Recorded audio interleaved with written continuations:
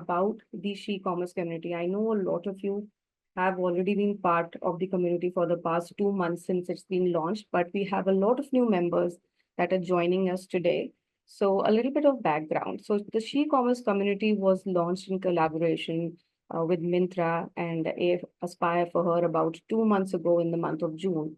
And the intent of this community has always been to create a space wherein the women can be a support system for each other and uplift each other, and also at the same time provide resources to everyone who's wanting to build a career in this space, because this is a community which has been, I think, considered that okay, let us just go with the flow. But then Myntra has realized the importance of a support system that needs to be out there for everyone who is at some stage of their journey in the e-commerce industry. So hence, ShE-commerce is here for you.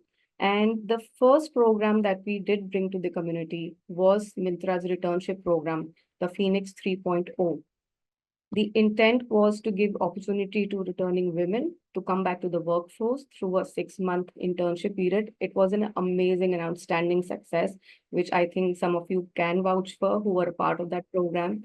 And as we speak today, 20 women are joining back in the workforce.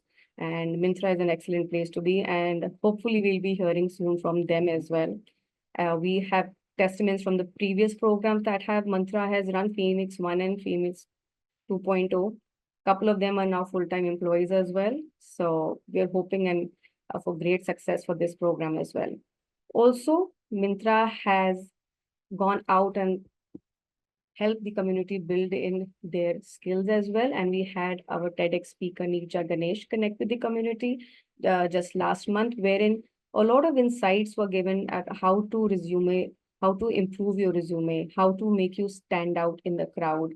So the intent here is not just to be a place that you can come and look for jobs. We want to upskill you and also empower you to be able to look, explore, of opportunities, not just with Myntra, but to explore the entire e-commerce industry. So as a part of the initiative, we also bring to you the ShEroes Unplugged series. What do we aim to achieve with the ShEroes Unplugged series? Here, what we want to do is that we want to bring in the Myntra leaders and also leaders from the industry who would come in and talk to you about, yes, their journey, because we can relate that, okay, all of us kind of have a similar journey when we're going through a particular path. Some have more ups and some have more downs, but everybody has transversed this journey, and a chance to able to hear a leader who, how he or she has overcome the obstacles that they have and what learnings, and also career tips from the experts. I think this is the best platform that you can get also. And a lot of you, like I saw that you were looking for learning opportunities. So this is the best place that I can say again. So to kick off the series, we are very, very excited that we have Myntra's Chief Business Officer, Sharon Pais, join us today. Sharon is a seasoned business leader with 13 plus years of experience driving growth and building brands. She has a strong track record at Flipkart, scaling digital categories and new businesses. Her expertise includes revenue generation, strategy, and P&L management. Previously at Procter & Gamble, Sharon also held a sales and marketing role in FMCG. Welcome to the webinar, and thank you for taking time out, Sharon. No, my pleasure. Thank you so much. Most welcome. We are I think the entire community is excited to hear from you today. And in conversation today with her will be her colleague, Ms. Hema Pachisia, Senior Director, Human Capital at Myntra. Hema leads the HR and diversity function and learning and development at Myntra. She's always been committed to inclusivity, higher performing teams, and she brings an extensive experience in HR, ranging from the IT, banking, FMCG, and EdTech industries. Welcome once again, Hema. That's what I can say. The community is excited again for you to be here and give your great insights. So over to you, Hema. Thanks a lot, Pooja, and thank you everyone for joining. I see we have close to 500 odd participants on the call, so really excited to be here. And like Pooja mentioned, I am hopefully not a new face to everybody who has been a part of e-commerce journey and some of the sessions we have been doing. So very excited to launch our second intervention. The first one that we launched under ShE-commerce was Phoenix Internship. And hopefully most of you on the call know that it was a successful intervention. We had 10,000 plus applications for 20 positions, and very proud to say that we have onboarded every Phoenix intern, and we have a bunch of Phoenix interns working at Myntra. So it's been a fruitful journey in the last 2 months from the time we had the first webinar where we informed you about Phoenix to now we having our interns onboarded. It's been a great journey. Today we are launching ShEroes Unplugged, which is basically our leadership journey, where we'll call leaders from different facets of e-commerce. Today we have Sharon from Myntra, and hopefully in the future we'll have more such sessions where you will get to hear stories from a lot of other women leaders who have made a mark in the e-commerce industry. Also to share some stats, we had around 2000 plus registrations for the webinar, and we already see that 500 of them have already joined, and hopefully that number will keep increasing. But without much ado, I'll now start a quick rapid fire with Sharon. Sharon obviously is heading as a CBO, she heads our business at Myntra. But there are elements about any leader, right, which most of us would like to get to know them up and personal. So the first section that I have for Sharon is really more around rapid fire, getting to know her more personally. And then we will have a set of questions which help us understand her leadership style, her career journey so far, and hopefully some takeaways for everybody on the call. So Sharon, are you ready for a quick Karan Johar type rapid fire? Yeah, Just that. totally. I'm a little scared, but ready. Great. Okay. So the first question is, if you were not in this industry, right, which other profession would you have pursued? I don't know profession, but I think I generally like exciting roles, exciting things, something which needs a problem solving approach. So, and I think these are consistent traits that you need in a lot of different professions. What I would not have been is probably a sportswoman, but I can tell you what I wouldn't have been. But what I would have been is anything that is involved around kind of these three traits: resilience, grit. So those are the things which I like. I like things where PNL is involved. I think everything comes down to a PNL, even an art movie. So how do you maximize on that? So that it's just something that has always driven my interest. So definitely driving something impactful, something which is exciting, and something which is closer to business. Great. Very safe answer, Sharon. Hopefully the next one will not be that safe. I also told you I would not be a sportswoman. Okay. If your life had a theme song, Sharon, which one would it be? Theme song. I like this song from Kariye, like this Chak De India song. I'm a Bollywood movie fan. I really like that song, and whenever I'm feeling like I need motivation, and I really like listening to that song. And this also is a good song. I'm seeing the comments, but I like that song from Chak De India. I think my theme song would be that, because when I was growing up, I never thought I would reach here. I would get an opportunity to do this, etc. So it's a song that goes on in my mind very often, actually. Now you are becoming better, Sharon. Let's take the next question. If you could change one thing about the world, what would that be? I think generally I've seen the level of kindness going down in the world. While we are heading towards a very YouTube, I mean, there is a lot of sensitivity, but I think I can't understand that dichotomy. So I think generally people being kind to each other, you don't need to be nice to anyone, but being kind, especially as women, we are taught very often to be nice. You don't need to be nice, but you can be kind. Yeah. Thanks, Sharon. which is the first app do you check in the morning, or your favorite app on the phone? This should be an easy one. See, I'm not going to name Myntra because that's in fact the app I check in the morning.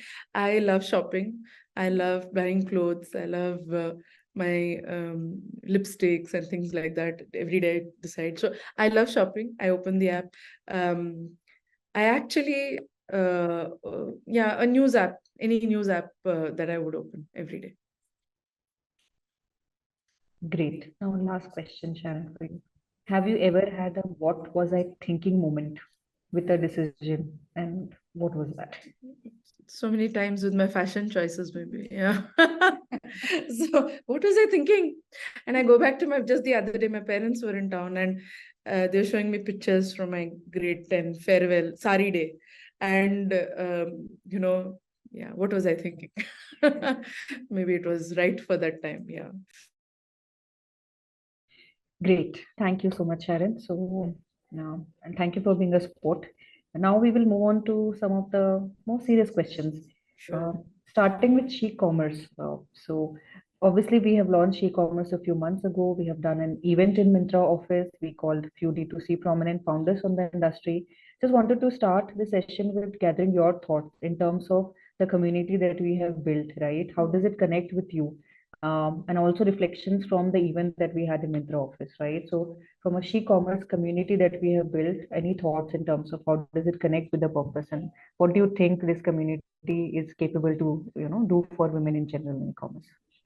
Yeah, firstly, I think stupendous job driving the event. I think um, the fact that we are building a platform and able to contribute in that way, and there were as part of the event the D2C founders that came in. Entrepreneurship is in the life and blood of Indians, right? And there were so many Indian founders, and the beauty is that in Myntra, as we are from a commerce side, you see it that you enable small medium enterprises kind of build out and win in the market. But it was especially gratifying to see and inspiring to see the women leaders who were there as part of the she-commerce event, the D2C founders, entrepreneurs who have built things grounds up, and even in niches big and small, and being very, very exciting as a just give me a second. Yeah. So I think that was very inspiring for me. The way and we played a game where every woman had to stick on a sticker if something like this has happened in her life. Okay. And it was amazing the commonality that is coming in with all the women, the challenges that they face, the winning moments, what a breakthrough has meant for them, and how that has turbocharged them to do more. It was all very, very inspiring for me, and really look forward to all the women on this call. And I'm sure there is going to be inspiration coming through for all of us as well through these women. What was also very good for me is the Phoenix cases that we had, come and talk about it. And really women in the workforce, women completing their education, women's employment, that is what is going to game change the trajectory of this country. And if we can play a small but impactful part as part of that, I think she-commerce is doing wonders on that front. So really, really good to be a part of that. Great. Thanks a lot, Sharon. I think it was a great event, and overall, I think the vision that we have for she-commerce to ensure that we are able to inspire more and more women to join workforce. It goes beyond just the vision that we have for Myntra. And I'm very happy to see a lot of the folks who have joined today are women who are pursuing education, right, who are in college. And I think that is the time when most of us decide the trajectory that our careers and our lives will take. So hopefully at the end of the session, if most of you, in fact, all of you decide and take a commit that you will join workforce and you will ensure that you continue to work, I think the job of she-commerce would have already been done. So now moving on to the next question, Sharon, more around diversity. What are your thoughts on the current state of gender diversity in the corporate world? And what changes do you think we can drive collectively over there? Sure. See, I think we've um, we've made a lot of progress. I think collectively, I think orgs realize that you have to reflect the consumer, and the consumer is not all male, right? So it's not a metric on the scorecard. It is real business driver of diversity and inclusion. And if your corporate family reflects the consumer, it is a much better thing for the business. Having said that, I think in women do join the workforce, and the ones who join the workforce, we see a leaky bucket by the time that they reach leadership positions, and at every level we see maybe lifestyle stages. All of this contribute to it.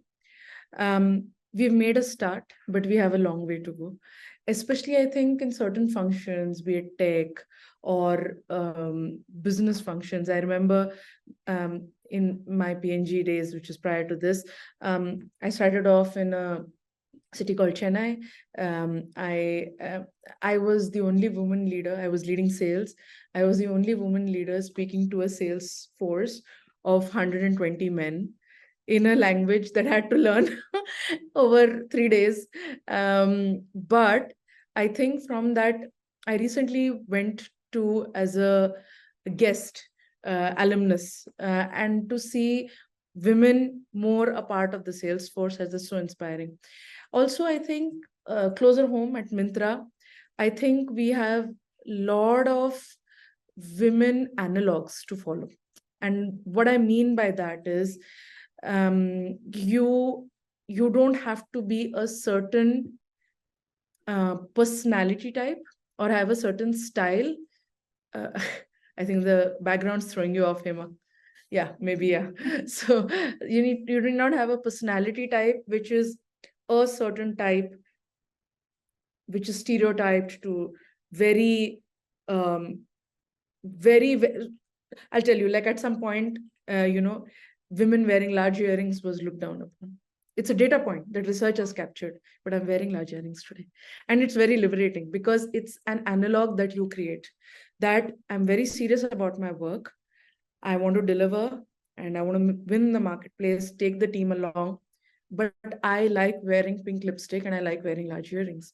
So you don't have to be a certain type to be able to succeed. What you bring with it is your merit, your drive. And I think that because we are taking that journey, there are more analogs to follow. There is no one type of woman leader as a role model.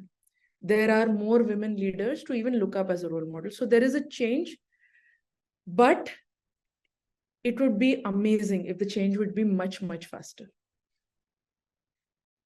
Thanks a lot, Sharon. It also resonates with me. I started my career in ITC and I was sent to some factory with some 20 men to manage. And so I think a lot of us women start our journeys from there. So it's very inspiring to hear your story and your thoughts around what organizations can do around gender. Moving on to a more personal question. You are a successful CBO. What others don't know is you're also a mother of two, right? So how have you really navigated the challenges around mother's guilt, which is really real? And how do you balance your professional and personal responsibilities as a parent? Tricky question. I'm going to give a very honest answer. I don't think mother's guilt ever leaves you. It's there in ways big and small. As I was joining the webinar, my nanny messaged me that I need 100 rupees to go for an auto and take my son for art class or something like that. But she reached out to me. And it's just always that dichotomy that is there in life. So but it never goes away. I think what you can put a pin on, so you can take help. I have a place of privilege where I can take that help. My parents don't live with me. Ideally, I would have liked my grandkids to be around their grandparents, but they don't live with me. They have their circle in a different city, and hence I have help. Again, super women in my life who help me come to work, and that's one. Second is and I can't emphasize this often enough, is finding the right partner who is as ambitious for you as you are for yourself, and the ecosystem. So that's the second one. Third, I don't feel guilt on everything. Okay, so my guilt driver is not whether I don't know, did I cover my son's books as his academic year is starting? Let's just put that. I don't feel guilty about that, but I will feel guilty if I don't put him to bed, or I will feel guilty about if I can't read my daughter her book that she loves. So I have very clear demarcations of which is the, in my head, pecking order of things which make me or not make me guilty. And places where you're 5% guilty, I just let go of it. I know my 90% guilt areas and try and take care of those and try and seek help. Actually, but that's like in my personal life, but at work, having a very supportive peer set, I think that really helps. Having an ecosystem with a lot of women, that also helps. I think I found that in Myntra. It makes a huge difference when you have a woman leader at the helm. You have peers who are used to women leaders and their participation. It makes a big difference. So I think they understand that just because, like last week, I had to head home early for something because my nanny didn't turn up, and one of my colleagues said, I'll back you up on this one, and you'll be virtual, so it's more decision making for you. And we just managed the meeting. There was something else. The next morning I came in early and finished it off. But I can't imagine almost my life where this kind of a peer set was not there. And knowing when to say yes and when to say no, both on your personal and professional front. For example, there was something that my son had at school, which and he told me that every mother is coming in. I said, really? Every mother is coming in? And like I narrated 2-3 friends of his whose mom were not coming.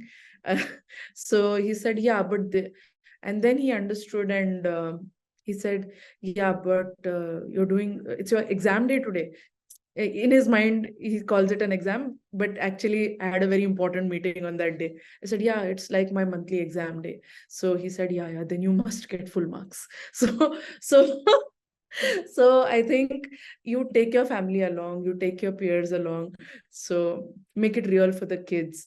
Also, as I have a daughter, I want her to see me as someone who is trying to minimize regrets and trade-offs in her life and live my life to what I wanted to. So it's a very, very personal ambition in that sense. Sorry, long answer to a short question. But I long answer to a very important question, and I was just reading in the chat, right? We have a few working mothers, or few mothers in general who are very inspired and who feel they can relate to the conversation, Sharon. So thank you for sharing. And being a mother to a 3-year-old myself, I struggle. Okay, she's just 3 years old, but keeps me on my toes, and that guilt is as real. Every day there is a new guilt, and I think some of it we women ourselves create in our head. But thank you so much for sharing, Sharon.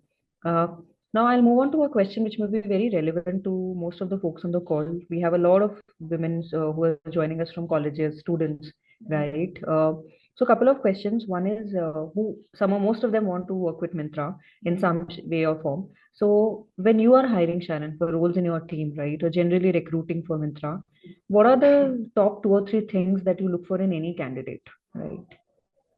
Sure. So generally, it's on the vectors of knowledge, skill, and attitude for me, and attitude being the most important. Okay, especially as starting off, learnability, ability, drive, willingness to kind of unlearn, learn. Learnability is extremely important. Ability to put in time to be able to, and having the drive to win in the marketplace, that is very important for me. What I also like is very high integrity, I think that's a must-have for an org like Myntra. And people who have the humility to work together, learn from each other. We are a very apolitical org, I would say. So, and in that, being great together is something that people who will learn and thrive off each other. We are a large org, but we still have that collegial sense about us, in the sense that we want to win together. It's not an individual win, it's a team win. So being a team player, very important. All of this sits actually in the attitude bucket, right? If you have the right attitude, you will get the knowledge and you will build the skills, right? And there is a safety net in the org that allows you to do that. But the right attitude is absolutely important, unless it's like a expertise role where you're actually picking someone for the knowledge or the skill they have built over a period of time. But even if you have the knowledge and the skill, having the right attitude, the sufficient condition is only having the right attitude to things in terms of learnability, drive, humility, ability to work together. Yeah. Great. Thanks a lot, Sharon, for sharing. Now we also have a lot of participants from the student community women. Is there anything in particular you would like to advise them differently as they start thinking about shaping their careers, given the career junction that they are? So, any advice, any suggestions from you on how to think about building careers? See, I think sounds like a cliche, but it is not a sprint; it's a marathon. I'm not a management guru, so I can share with you from personal experiences what I feel has worked for me, and that is something. Yeah, it's a personal journey. So first is I think learning as much. So anything that gives you the opportunity to learn, I think that's very, very important. Empowers you. So I think those are the choices that I would make, definitely. The second thing for me, I think, is learning over everything else. Okay. And I feel that if you all have seen the movie Three Idiots, pursue excellence and success will come your way. As you can see, I've derived a lot of inspiration from Bollywood, but truly, as you learn along, success will follow. And I have seen individuals who for those of you who are yet in college and haven't seen as much of the corporate life, there will be moments where it is a promotion here and now versus a role trade-off, which gives you higher opportunity to learn. In my view, in the short term, while the higher opportunity to learn may set you back a little bit in terms of time, but over a period of time can help you leapfrog. And that's why I say learnability. Pick something that gives you a canvas, pick something that gives you learnability, pick something that helps you hone skills, because I think success follows after that. And it's a more sustained and consistent success. Got it. Thanks, Sharon. Now let's move on to some questions around your leadership style. What is your leadership style, right? Now you head Myntra as Chief Business Officer, and every leader has a particular style of operation, right? If I were to ask you, what is your leadership style, and has that changed over a period of time? Yeah.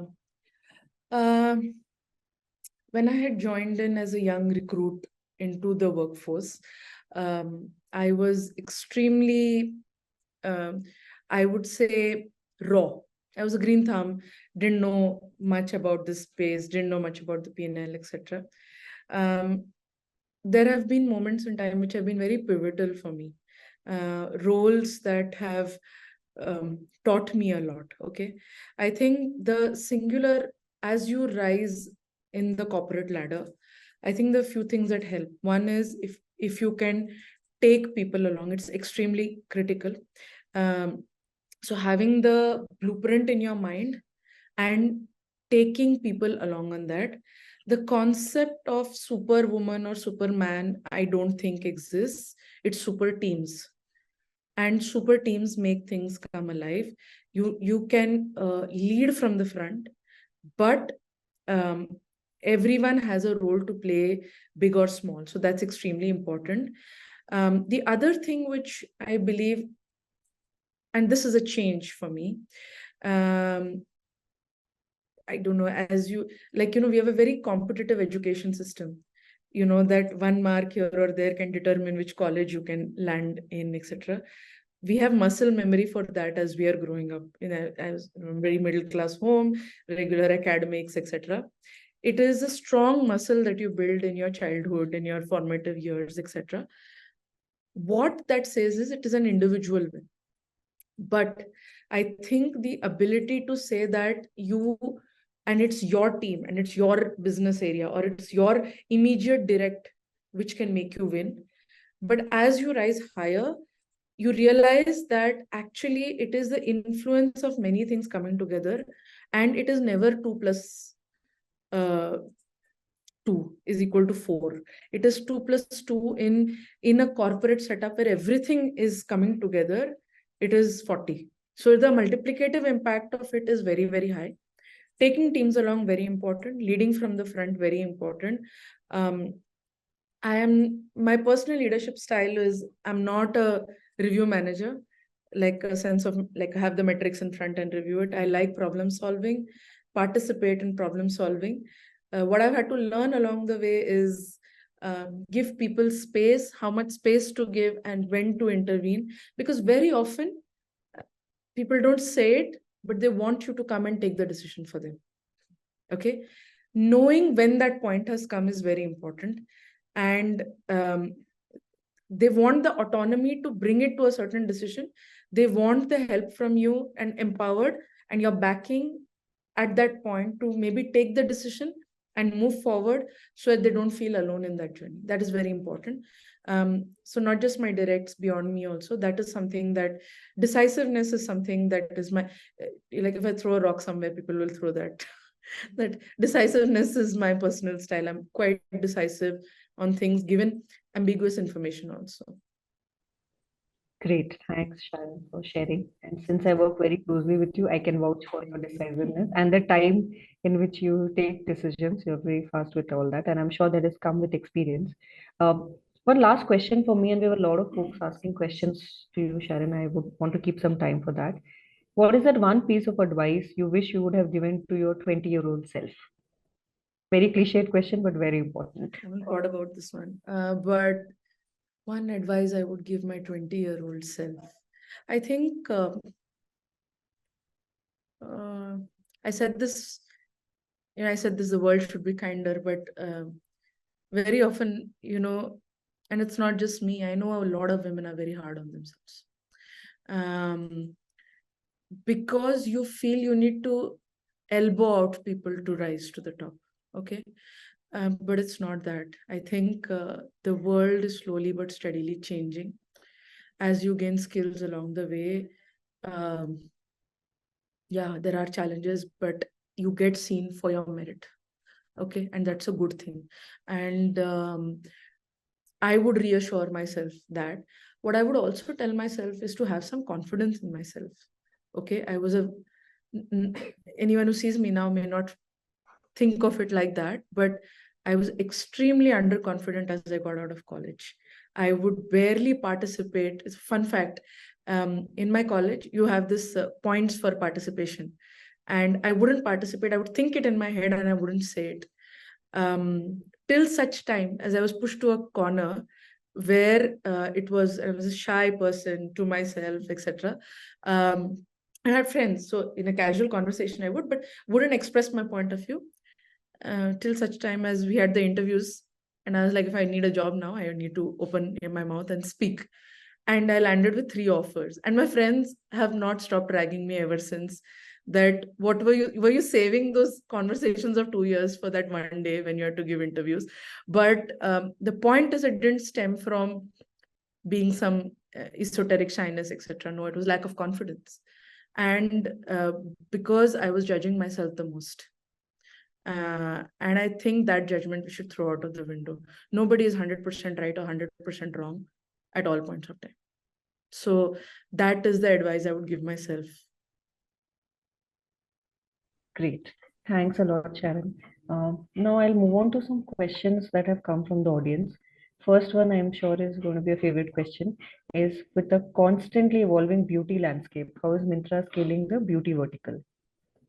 Since you love business, that's why business Yes, I question. love business. So I'll state a few facts. So $14, that's our consumption, and most developed countries about 10x of this per capita, and that is kind of the headroom available in the country, and it's so exciting. And I find beauty such a liberating category. I mean, it is an expressive category. I mean, like, given this is a she-commerce conversation as well, linking it back, it's a very liberating category for women. This is how they express.